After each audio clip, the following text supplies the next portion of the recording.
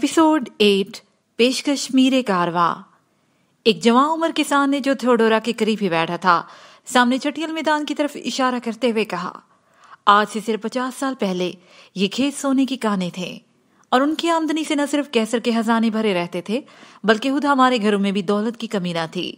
हर तरफ आसूदगी और खुशहाली थी। और फिर जैसे अचानक किसी की नजर लग गई, जहां साल के साल मालिया लिया जाता था वहां हर तीसरे महीने हरकारे टैक्स वसूल करने आ जाते। रफ्ता रफ्ता ये वक्फा कम होता चला गया और अफसरों के जुल्मों सितम बढ़ते गए। जरा जरा सी बात पर पकी हुई फसलें जला दी गई, घर मस्मार करवाए गए, इंसान जिबा कर दिए गए और औरतों की असमतें लूटी गईं। सितम बलाए सितम ये कि आवाज उठाना एक ऐसा संगीन जुर्म करार दे दिया गया जिसकी सजा के तसव्वुर से बड़े बड़े बहादुरों के पित्ते पानी हो जाते थे। मजबूरन अपनी जान और इज्जत बचाने के लिए यूनानियों ने उस्मानी सरहदें पार कर लीं, सिर्फ ये सोचकर कि अगर मरना ही है तो ऐसी अलमनाक मौत क्यों मरा जाए, और सरहद के उस पार तो दुनिया ही कुछ और है। कदम कदम पर सराय और मेहमान खाने हैं जहां मुसाफिरों के जानो माल की हिफाजत के लिए मुसल्ला पुलिस तैनात है। मासूम बच्चे सोना उछालते हुए जाएं, कोई उनकी तरफ आंख उठाकर भी नहीं देखेगा।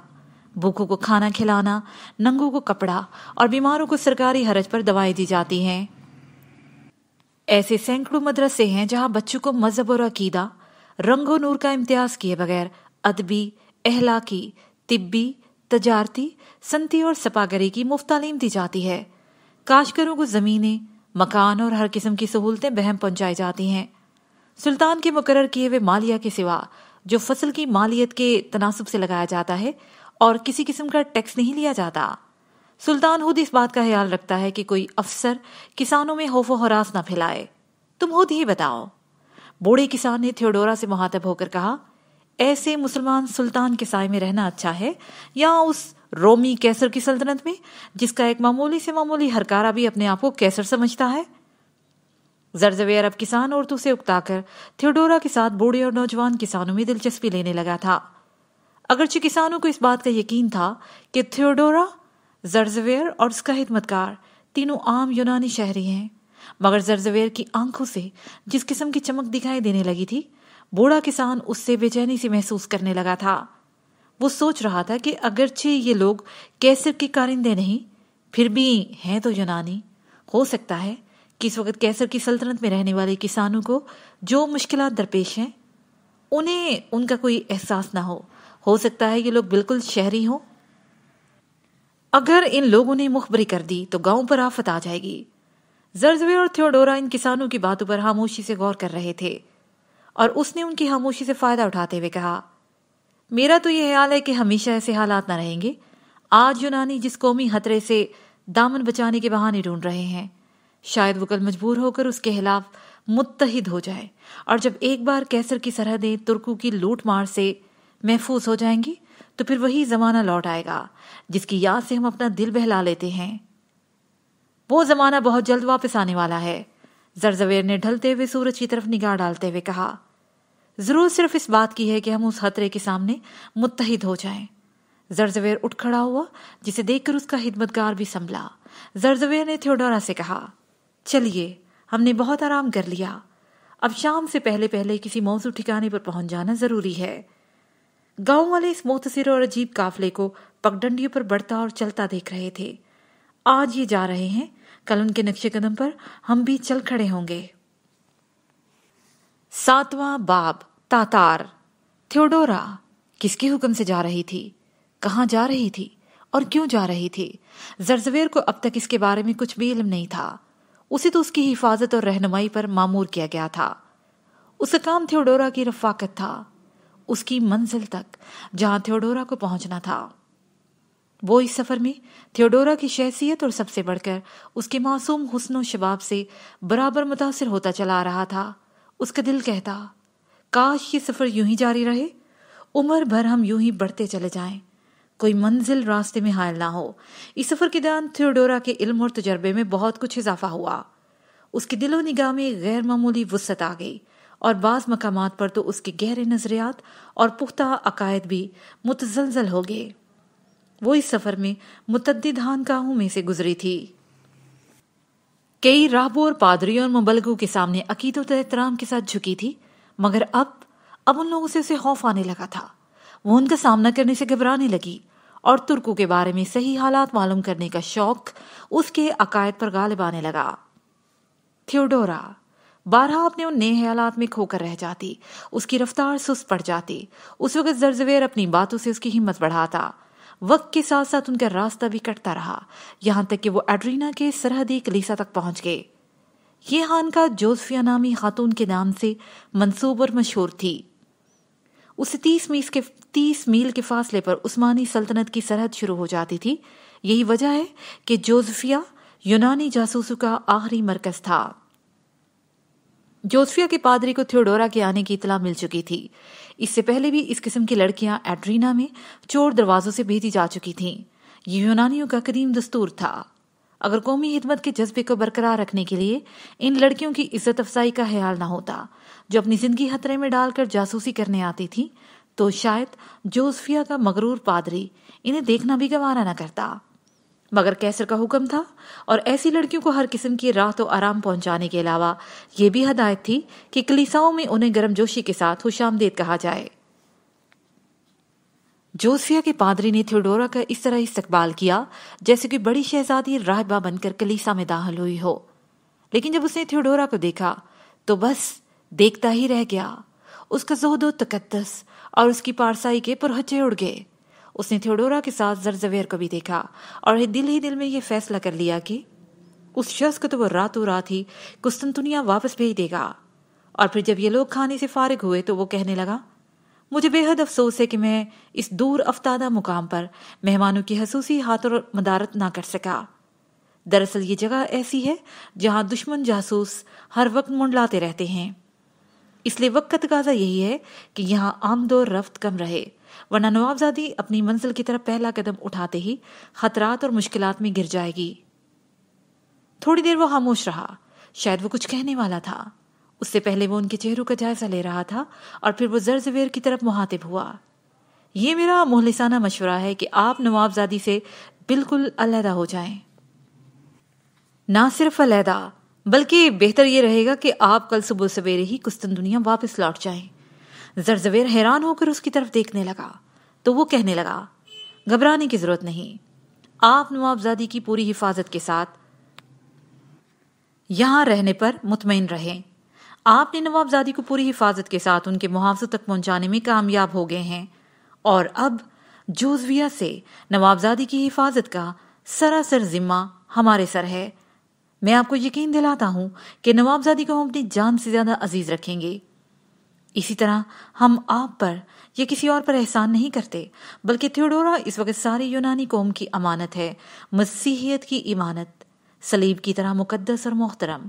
پادری نے تھیوڈورا اور زرزویر کے چہروں پر نظر ڈالی، دونوں ایک دوسرے کو سہمی نظروں سے دیکھ رہے تھے۔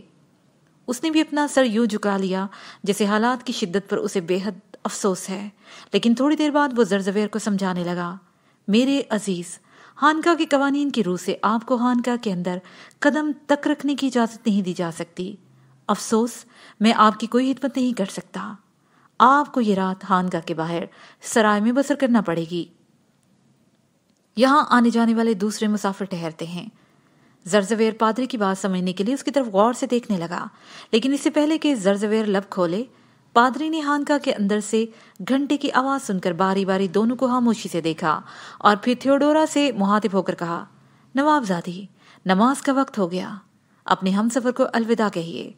تھیوڈورا اور زرزویر دونوں بیک وقت کھڑے ہو گئے، لیکن پادری نے تھیوڈورا کو آگے بڑھنے کا اشارہ کیا۔ وہ ابھی اس نے دوسرے کمرے میں قدم رکھا ہی تھا کہ پیچھے سے پادری نے دروازہ بند کر دیا۔ جوزفیا میں حالات نے اچانک ایسا ڈرامائی انداز میں پلٹا کھایا جس کی تھیوڈورا اور زرزویر کو ہرگز کوئی توقع نہ تھی۔ ایک طرف بلکان کی شمالی ریاست کی نوابزادی تھی جس نے رضاکارانہ طور پر اپنی زندگی مسیح کے نام کی عظمت کے لیے وقف کر دی تھی۔ اسے یقین تھا کہ جہاں کہیں بھی وہ جائے گی ایک قومی کارکن کی حیثیت سے اس کے مراتب اور اعزاز کا لحاظ کیا جائے گا، اور دوسری طرف کیسے روم کے محافظ دستے کا سردار زرزویر تھا جو آج تک یہ سمجھتا آیا تھا کہ سوائے کیسر کے ذاتی اقتدار کے کسی دوسرے کے حکم کا وہ پابند نہیں، مگر یہاں تو حالات نے اور ہی رنگ اختیار کر لیا تھا۔ जोसफिया का पादरी तफ्तामिस जवान और हसीन होने के अलावा एक खास शख्सियत का मालिक था।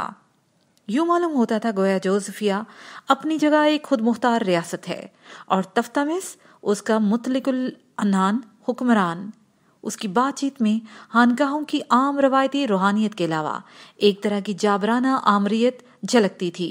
जुबान की निस्बत वो आंखों से बहुत ज्यादा काम लेता था और जब भी कोई बात करता तो किसी में इतनी हिम्मत ना होती कि वो उसे सुनकर नजरअंदाज कर दे। थियोडोरा खानका के अंदरूनी हिस्से में भेज दी गई जहां तकरीबन 50 नन्हें पहले से ही मौजूद थीं। जरजवेर को रात भर के लिए खानका से मुल्हका सराय में ठहराया गया और सहराय के निगरान को ये कतई हुक्म मिल गया था कि जरजवेर अपने हिदमतगार के साथ रात के चौथे पहर जोसफिया से कुस्तुनतुनिया की तरफ जरूर रवाना कर दिया जाए। रात के खाने पर थियोडोरा ने जरजवेर से मिलने की कोशिश की मगर उसे रोक दिया गया। इसी तरह जरजवेर ने भी थियोडोरा से अलविदाई मुलाकात करने की दरख्वास्त की जिसे रद्द कर दिया गया और फिर उसी रात पो फटने से पहले जरजवेर के एहतिजाज के बावजूद उसे जबरदस्ती जोसफिया की सराय से कुस्तुनतुनिया की तरफ रवाना कर दिया गया। जोसफिया में थियोडोरा की पहली रात ऐसे मुजरिम की तरह गुजरी जिसे फांसी का हुक्म सुनाया जा चुका हो। जिंदगी में पहली बार उसके सामने ऐसा खाना रखा गया जिसे खा लेने के बावजूद वो उसे खाना न कह सकी। अगरचे वो कुस्तुनतुनिया से जोसफिया तक के तवील और थका देने वाले सफर के बायस हद से ज्यादा हंसता और मांदा थी मगर वो सो भी ना सकी। उसके कमरे में जो शमा रखी हुई थी उसने मुश्किल से एक पहर तक उसका साथ दिया और उसके बाद सुबह तक तारीकी, खामोशी और उदासी के तूफानी समुंदर में ख्यालात की लहरों पर वो डूबती और उभरती रही। फिर अलील सुबह उठकर उसे कमरे के दरवाजे और खिड़कियां खोल दी। सुबह के जर्द उजाले आहिस्ता आहिस्ता रात की स्याही पर गालिब आ रहे थे। हवा के नरम झोंकों में जिंदगी जोश मार रही थी। परिंदों ने अपनी अपनी बोलियों पर हमद के तराने अलापने शुरू कर दिए। उसने जोसफिया में पहला कदम रखने से लेकर इस वक्त तक के हालात पर एक ताराना नजर डाली और मुस्कुराई। शुक्र है तफ्तामिस सान क्रिस्टीना के पादरी से बहुत ही मुस्लिम साबित हुआ। वो बरामदे में निकल आई। सामने एक मुख्तसर सा बागीचा था। कलियां अपनी महक के बोझ में दबी हुई थी और उन पर टिके हुए शबनम के मोतियों पर सुबह की इब्तदाई किरणों से ऐसा हुस्न पैदा हो रहा था जिसे देखकर थियोडोरा मसरूर हो गई थी। बरामदे के मशरकी नुक्कड़ से एक नन थियोडोरा की तरफ बढ़ी, उसके करीब आकर सलाम किया और कहा, नाश्ता नमाज के बाद फादर तफ्तामिस के कमरे में चुना जाएगा और नमाज में मुश्किल से 15 मिनट रह गए हैं। थियोडोरा ने इसका शुक्रिया अदा किया। वो इस नन को देखकर खुश हो गई थी। उसे कई दिनों के बाद एक सुलझी हुई औरत से बात करने का मौका मिला था। उसे नन्हे शुरू ही से पसंद थी जो खुद भी नन बनना चाहती थी। उसे उनके सफेद ढीले ढाले लिबास से बड़ी ही अकीदत थी। हसूसियत के साथ जोसफिया में तन्हाई के 6 पहर गुजारने के बाद वो किसी से बातें करने के लिए तरस रही थी मगर नन ने उसका शुक्रिया का कोई जवाब न दिया और जिस रास्ते से आई थी वापस चली गई। उसने नन की ये बेइतनाई महसूस तो की मगर वक्त बहुत थोड़ा था। नमाज के लिए तैयार होगी, सर पर रुमाल बांधा। वो आईना देखना चाहती थी मगर उस कमरे में आईना न था। न जाने वो क्यों अपना साया देखना चाहती थी। बहरहाल उसने रुमाल को बार बार अपने हाथ से टटोला। जुल्फों को जो चंद एक लिटे उसके माथे पर रुमाल से बाहर रह गई थी उन्हें संवारा और नमाज के लिए चली गई। जोसफिया की कलीसा अगरचे आलिशान नहीं कहा जा सकता था लेकिन काबिल लिहाज तो जरूर था। जब थियोडोरा उसमें दाखिल हुई तो उसे यूं महसूस हुआ जैसे सिर्फ उसी का इंतजार किया जा रहा है। फादर तफ्तामिस ने अपनी गर्दन को हरकत दिए बगैर अपनी आंखें उठाकर थियोडोरा को देखा और नमाज शुरू हो गई। अब उसे यकीन होने लगा था कि इस हसीन और नौजवान पादरी का हर एक काम इंतहाई मुख्तसर और जचा तुला था। नमाज खत्म हुई। औरतें और मर्द कलीसा से बाहर निकले। फादर तफ्तामिस अभी तक अपनी जगह पर जमा खड़ा था और जब थियोडोरा ने बाहर जाने के लिए हरकत की तो उसने उसकी तरफ देखते हुए कहा, नवाबजादी थियोडोरा। थियोडोरा रुक गई। उसे तफ्तामिस को देखा और तफ्तामिस ने उसे आंखों ही आंखों में अपने करीब आने का इशारा किया। थियोडोरा उसके करीब पहुंचकर अकीदत से झुक गई। वो इस वक्त अपने स्याह रेशमी लिबास में वाकई रूहानियत का देवता मालूम होता था। उसके पहलू में तलाई सलीब चमकदार जंजीर के साथ यूं लटक रही थी जैसे फरिश्ते के कमरबंद में बहशत की चाबियां। थियोडोरा की निगाहें उस सलीब पर यूं चमकती थीं जैसे कोई मकनातीस कुव्वत उन्हें दोबारा किसी और तरफ पलटने नहीं देती। वजदानी तौर पर जब उसे कलीसा में सिर्फ अपनी और फादर तफ्तामेस की मौजूदगी का एहसास हुआ तो उसका चेहरा जज्बात की शिद्दत से दमकने लगा और उसने पेशानी पर पसीने के कतरे से महसूस किए। फादर तफ्तामेस ने कहा, मुझे अफसोस है कि कल रात ना तो मैंने आपको आपके हमसफर दोस्त के पास जाने दिया और ना ही उसे आखिरी सलाम के लिए आपके पास आने दिया। ये जोसफिया का पुराना दस्तूर है जिस पर सख्ती से अमल किया जाता है। उम्मीद है आप उसे नजरअंदाज कर देंगी। थियोडोरा ने फादर तफ्तामेस के लहजे में महसूस होने वाले शकूक बल्कि रश की शिद्दत खत्म करने के लिए कहा, सिवाय हम सफरी के मुझे जरजवेर से और कोई वास्ता नहीं। हाँ, कुस्तुनतुनिया रुखसत करते वक्त उससे मिलना और उसका शुक्रिया अदा करना मैं अपना इखलाकी फर्ज समझती थी। बेशक जो बात मैं आपको समझाना चाहता था वो ये है कि जोसफिया में दाखिल होने वाले अशखास की इनफरादियत खत्म हो जाती है और उनकी तरफ से फादर को उनके इखलाकी मामलात की निगरानी का पूरा हक हासिल हो जाता है। कन सुखनी के बावजूद तफ्तामेस की बातों से थियोडोरा को जिस शय की बू आने लगी थी उसकी शिद्दत महसूस करके वो कांपने लगी। उसे सर उठाकर फादर को देखा और कहा, फादर माफ कीजिए, मैं जोसफिया में नन की हैसियत से दाखिल नहीं हुई। नवाबजादी, आप यहाँ किस हैसियत से दाखिल हुई हैं ये देखना हमारा काम है। नन बनने के लिए ये जरूरी नहीं कि वो कलीसा का महसूस सफेद लिबास पहनकर कंवारी माँ के हजूर में अपनी सारी उम्र कलीसा में ही गुजार देने की कसम खाए। एक नातजर्बाकार लड़की को अपनी जिंदगी के मुतालिक किसी भी किस्म का फैसला करने का कोई हक नहीं।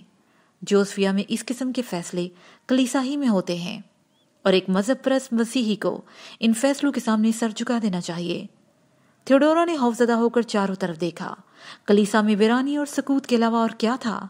उसे जल्दी से कहा, मुझे मालूम है। तफ्तामेस ने तहकमाना लहजे में कहा, नवाबजादी, आप सुल्ताना मरियामा की तरफ जा रही हैं और उस मुलाकात के इंतजामात जोसफिया ही के जरिए होंगे। आपको सुल्ताना मरियामा तक पहुंचने के लिए जिस तरबियत की जरूरत है वो जोसफिया में ही दी जाएगी। थियोडोरा ने चिल्लाकर कहा, मुझे यहाँ कितना अरसा रहना होगा खुदा बेहतर जानता है। जोसफिया में थियोडोरा के हालात बदतरीज ठीक होते चले गए।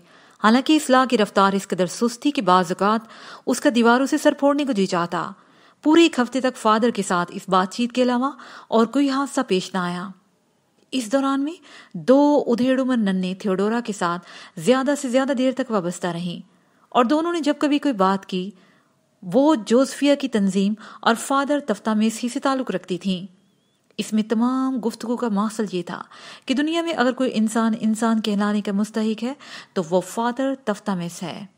जिस पर वो मेहरबान हो गया उसकी जिंदगी संवर गई और जिससे वो नाराज हो गया उस पर गोया खुदा का कहर नाज़िल हो गया।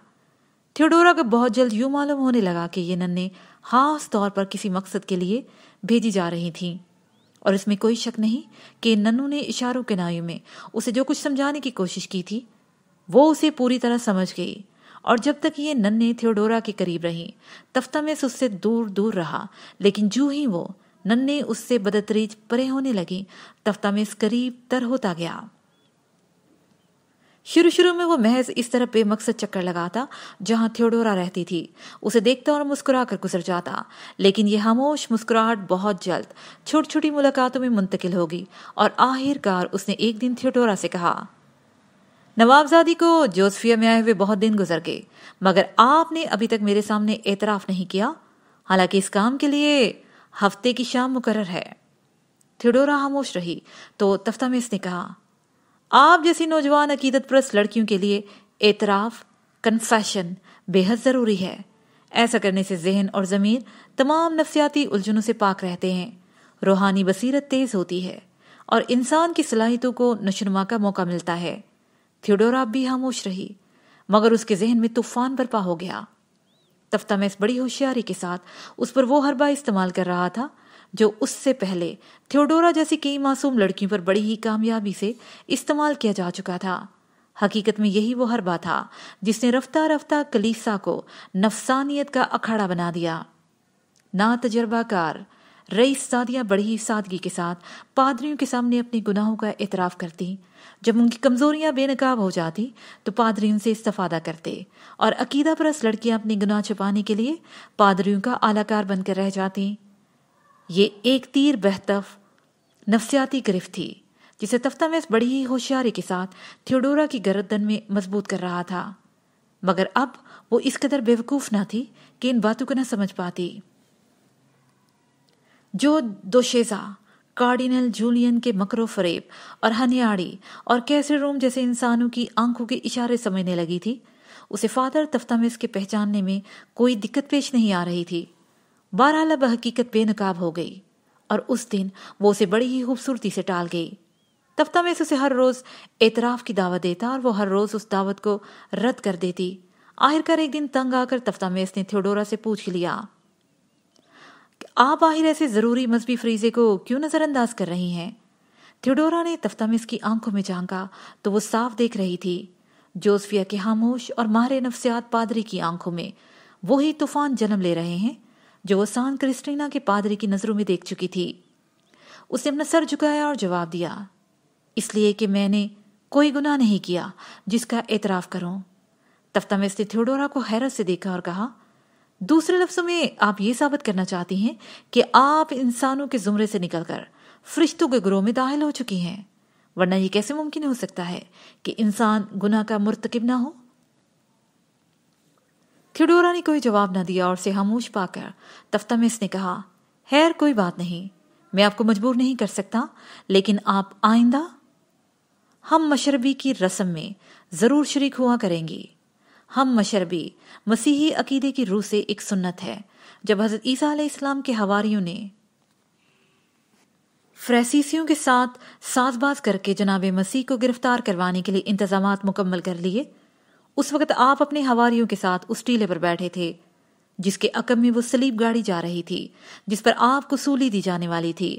آخری وقت آپ نے پانی کے پیالے میں سوکھی روٹی کے چند ٹکڑے بھگوئے اور ہر ایک حواری کو ایک ایک ٹکڑا دے کر کہا، لو یہ میرے جسم کا گوشت ہے، اور پیالے میں بھرا ہوا پانی میرا خون ہے۔ روٹی کھاؤ تاکہ میرا گوشت تمہارے جسم کا حصہ بن جائے، اور پانی پیو تاکہ میرے مقدس خون کے قطرے تمہارے خون میں شامل ہو جائیں۔ اس طرح تمہارے تمام گناہ معاف ہو جائیں گے، کیونکہ تمہارا گوشت اور میرا گوشت، تمہارا خون اور میرا خون ایک ہے۔ ممکن ہے مسیح اس طرح یہ ثابت کرنا چاہتے ہو کہ حقیقت میں تم ہی وہ لوگ ہو جو میرا جسم نوچنے اور میرا خون پینے کے لیے فریسیسیوں سے ناپاک گٹھ جوڑ کر چکے ہو۔ بہرحال اس کی تعویل ہوا کچھ بھی ہو، یہ رسم ابھی تک چلی آتی ہے۔ عقیدہ پرست مسیحی روز کلیسا میں بیٹھ کر روٹی کے یہ ٹکڑے جو پانی کی جگہ شراب میں بھگوئے جاتے ہیں جناب مسیح کے جسم کا گوشت اور خون سمجھ کر کھاتے اور پیتے ہیں، اور ایسا کرنے کے لیے اپنے آپ کو وہ معصوم قرار دینے کی کوشش کرتے ہیں۔ تھیوڈورا کو مجبوراً ہم مشربی میں شامل ہونا پڑا، جہاں کلیسا کے کارکنوں کے سوا اور کوئی نہ تھا۔ جب تفتمیس نے پیالوں میں سے روٹی کے وہ ٹکڑے نکال کر لوگوں کو دیے جن میں سے شراب کے قطرے ٹپک ٹپک کر پیالے میں گر رہے تھے، تو وہ تڑپ کر رہ گئی۔ پھر جب تفتمیس نے یہ کہا، کھاؤ یہ مقدس باپ کا گوشت ہے، اس وقت تھیوڈورا اپنے آنسو ضبط نہ کر سکی، اور اس کے بعد جب تفتمیس نے شراب کا ایک ایک گھونٹ حاضرین کو پیش کرتے ہوئے کہا، یہ مقدس باپ کا خون ہے، تو اب وہ مزید صبر نہ کر سکی۔ اس کی سسکیوں نے کلیسا کے سکوت میں ہلچل ڈال دی۔ وہ سوچنے لگی، اگر یہ مقدس باپ کا گوشت اور خون ہوتا تو مسیحیوں میں ہنیاڑی جیسے ظالم، کارڈینل جولین جیسے مکار، کیسر روم جیسے ہوس پرست اور فادر تفتمیس جیسے مجرم پادری ہرگز پیدا نہ ہوتے۔ اس کی سسکیاں اب فریاد دشیوں میں منتقل ہو گئیں۔ وہ یہ دیوانگی برداشت نہ کر سکی، اور عین اسی وقت جبکہ ہم مشربی کی سنت ادا ہو رہی تھی، کلیسا سے باہر نکلی۔ وہ بری طرح لڑکھڑا رہی تھی۔ یہ دیکھ کر ایک بوڑھی نن اپنی جگہ سے اٹھی اور تھیوڈورا کو تھام لیا۔ تھیوڈورا کی معصوم عقیدہ پرستی نے جوزفیا میں رہنے والے ہر شخص کو متاثر کیا تھا۔ تفتمیس نے نادم ہو کر عارضی طور پر اس سے علیحدگی اختیار کر لی تھی، اور اب ایک بوڑھی نن صوفیا تھیوڈورا کے قریب آ گئی تھی۔ صوفیا کو یقین ہو گیا تھا کہ یا تو تھیوڈورا مسیحی دوشیزہ نہیں ہے، اور اگر اسے مسیحی قرار دیا جائے تو وہ لازمی طور پر مغربی دنیا میں آج ایک بھی مسیحی باقی نہیں رہا۔ जोसफिया में थियोडोरा वो पहली दुशेजा थी जिसके सामने तफ्तामेस की सख्त गिरी और तंजीम ने हथियार डाल दिए थे। उसे यहाँ वाकई एक आसमानी खूर का सा मुकाम हासिल कर लिया था, जो न जाने कहाँ से भटकी हुई यहाँ आ निकली थी। और ये नहीं कहा जा सकता कि वो कब दोबारा आसमान की तरफ जाते हुए फिजा की वस्तुओं में नजरों से ओझल हो जाएगी। ऐसी मासूम दुशेजा को जोसफिया के जालिम और हवसप्रस्त पादरी की साजिशों से महफूज रखना एक ऐसा काम था जिसमें अगर सूफिया कामयाब हो गई तो उसकी जिंदगी के सारे गुनाह माफ कर दिए जाएंगे। अब जोसफिया में थियोडोरा और सूफिया ने माँ बेटी की हैसियत से ऐसे अजनबी मुसाफिरों की हैसियत इख्तियार कर ली थी जो किसी काफले के इंतजार में यहाँ दिन गुजार रहे थे। दोनों कलीसा की अंदरूनी दुनिया से बेजार होकर खानका से बाहर निकल आती और पहरू बैठकर एक दूसरे के दिल का बोझ हल्का करती रहती। खानका के बाहर थियोडोरा को आमतौर पर एक ऐसे तातारी नौजवान से वास्ता पड़ता जो एक मामूली चौकीदार की हैसियत से खानका की बैरूनी दुनिया से सराय और बागात की निगरानी किया करता था। वो इस कदर गुमनाम था कि किसी ने उसका नाम तक पूछने की जहमत भी गवारा न की थी। तजारती शाहराह पर आने जाने वाले इन मुसाफिरों की देखभाल तातार की जिम्मे थी जो सराय में रात गुजारते थे। महज नोहेज और नौजवान होने के अलावा उसकी शख्सियत में ज़ाहरी तौर पर कोई जाज़बियत न थी।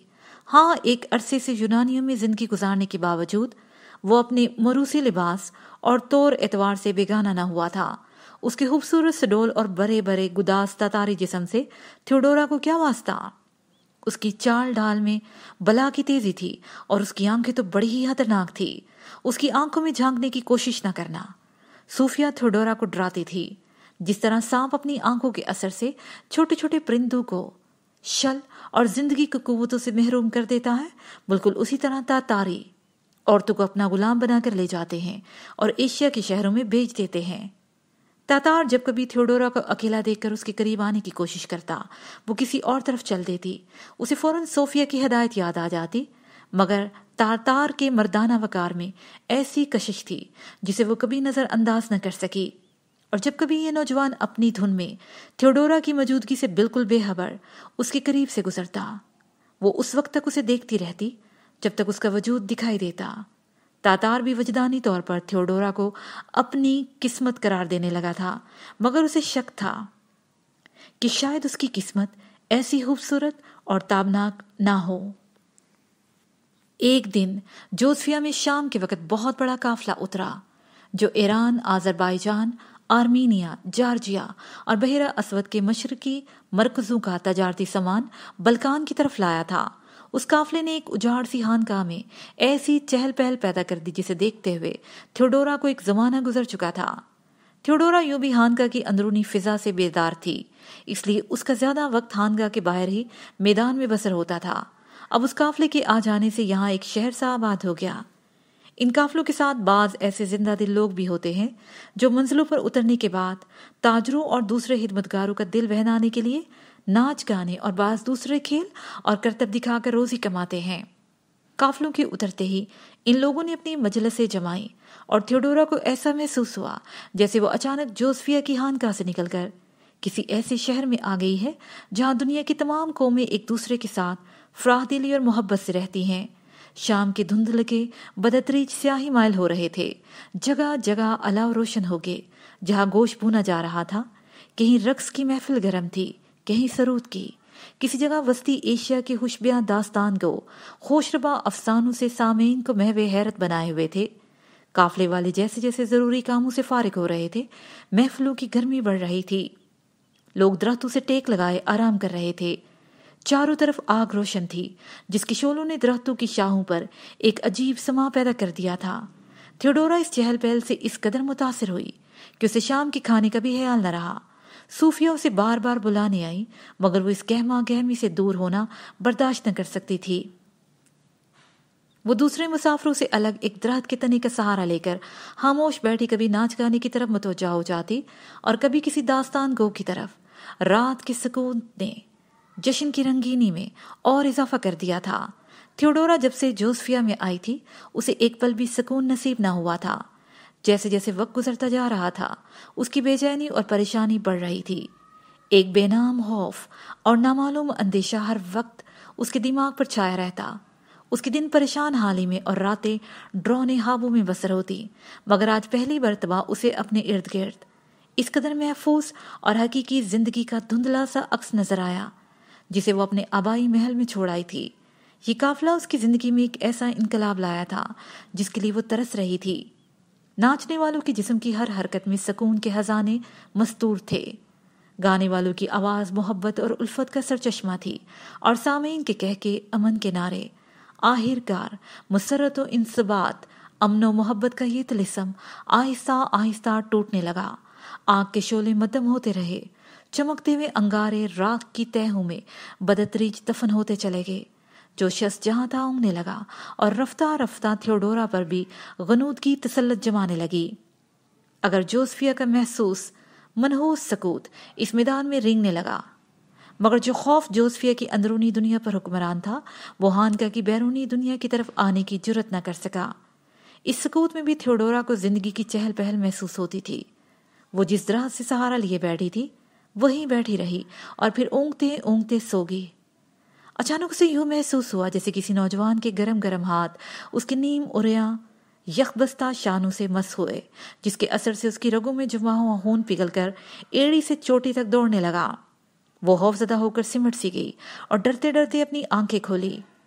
تاتار اپنی مروسی سنجیدگی کے ساتھ اس پر بھیڑوں کی اون سے بنا ہوا اپنا کھردرا گرم کمبل ڈال رہا تھا۔ اس کے ساتھ ہی یہ پارٹ اپنے اختتام کو پہنچا۔